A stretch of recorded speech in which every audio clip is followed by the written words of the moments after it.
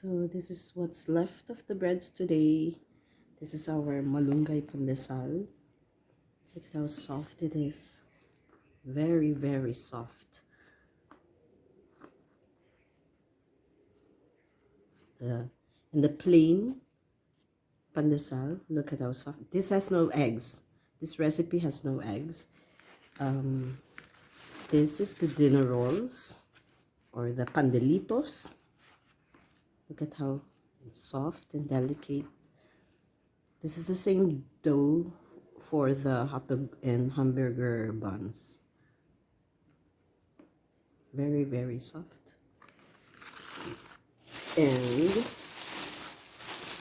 some of the other breads, the Spanish bread, the hot dog buns, and the special pandesal with eggs, because this one has no eggs.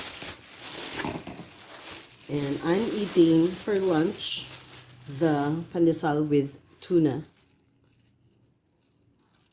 It's the tuna. It's the delicious. Very delicious. The tuna with dill. Very soft. And this is the one with the asado and egg.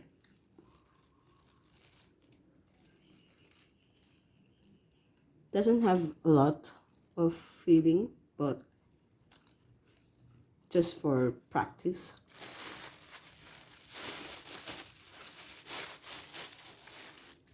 I like the malunggay pandesal. I'm going to eat it with some of the leftover tuna filling, sandwich filling. And that's it for our day 1 of class. I harvested some arugula to eat with some of the breads because it's 3 p.m. and it's now my lunch time.